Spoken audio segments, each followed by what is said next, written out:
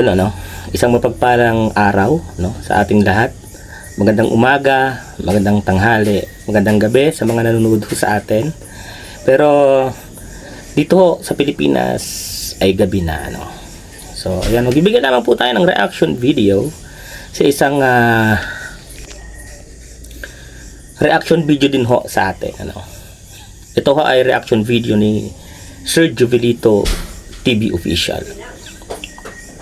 Sir, may tanong lang ako sa iyo. No? Isang tanong lang, sir. Bakit ang tali-talino mo? Bakit ang galing mong mag-analisa ng sitwasyon? No? Bakit ang galing mong mag-reaction? Sir, bakit nire-reactionan mo ako ng napakaganda, ng napakagaling? Maraming galit sa akin ngayon. Baka ho, magalit rin sa inyo. Baka sabihin, magkamukha tayo kasi pareho tayong nakasalamin, no? Pareho tayong aura ng muka. Di ba? First, sir, thank you, no? Thank you. Kasi, ba't ko nasabing napakatalino mo, sir? Sa totoo lang, galing na to kanina sa live ko, no? Yung mga gumagawa ng kwento, mga nagko-comment, nga, nang hindi maganda patungkol sa akin, na ako raw may kinalaman sa hiwalayang Rochelle, ano? Di ba?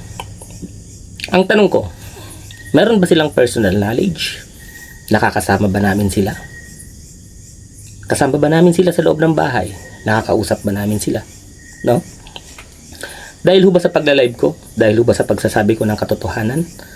Ang aking ginagawa lamang ay ang pagtatanggol sa aking pamangkin, no?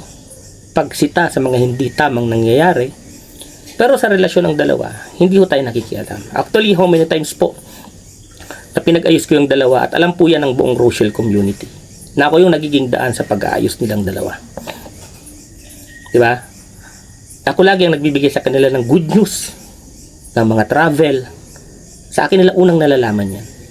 Ako nagbibigay sa kanila ng kilig kapag sila'y nalulungkot.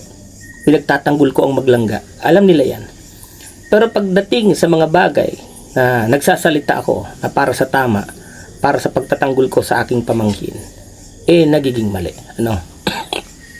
Tulad nga, Sir Jovelito, ng sinabi mo, no? Wala silang alam, no? Kumbaga, yung mga kanilang mga binabanggit, mga binabato sa akin na akusasyon, ay base lamang sa kwento, mga nababasa sa comment section, dito sa social media. Pero yung personal knowledge, wala ho silang ganun. Kumbaga, puro marites lang. Mema lang. Sabi mo nga mema lang. Mema sabi lang, ano? Sila ho yung mga taong halatang galit ho sa akin, no?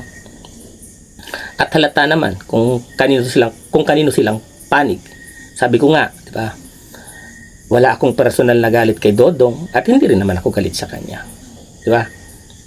Ang akin, kung ano yung nangyari sa kanila, desisyon nila yon. At wala ho tayong kinalaman doon. Kung tayo man ay nagsasalita, wala akong perpektong tao, ano, 'di ba? Walang perpektong relasyon. Pero uulitin ko, hindi ho ako nakikialam sa relasyon ng maglangga. Kumbaga, tayo nagsasalita dahil may nakikita tayong mali. Pero hanggang dun lang 'yon. Pero yung pakikialam, wala. Advice lang tayo, ano, hanggang advice lang tayo. Kasi at the end of the story, sila naman yung magsasama at hindi naman tayo yung makakasama habang buhay, di ho ba? So bakit tayo makikialam? So hanggang advice lang tayo. Ayan. So ako nagpapasalamat sa iyo, Sir Jovelito, kasi sobrang talino mo. Napakagaling ng reaction mo. Magaling kang mag-analyze. Isa ka sa mga reactor talaga na hinahangaan ko, no? Kasi bumabase ka sa kumbaga sa ebidensya, no? 'Di ba? Bumabase ka sa katotohanan. Bumabase ka sa mga tawag dito, yung bang nangangalap ka ng mga talagang impormasyon, ano? Na pwede mong ipaliwanag or paliwanagin sa mga live mo or sa mga content mo. Kaya believe ako, sir, double thumbs up ako kay Sir Jovelito, ano? Napakagaling niya mag-analyze ng mga bagay-bagay ng mga nangyayari. Ano? Hindi siya naniniwala sa mga sabi-sabi. So kailangan latagan mo siya ng ebidensya. 'Di ba? Latagan mo siya ng ebidensya para paniwalaan niya yung mga sinasabi ninyo. Eto pa, isang point of view pa ni Daddy D. O, syempre, total, content na rin naman.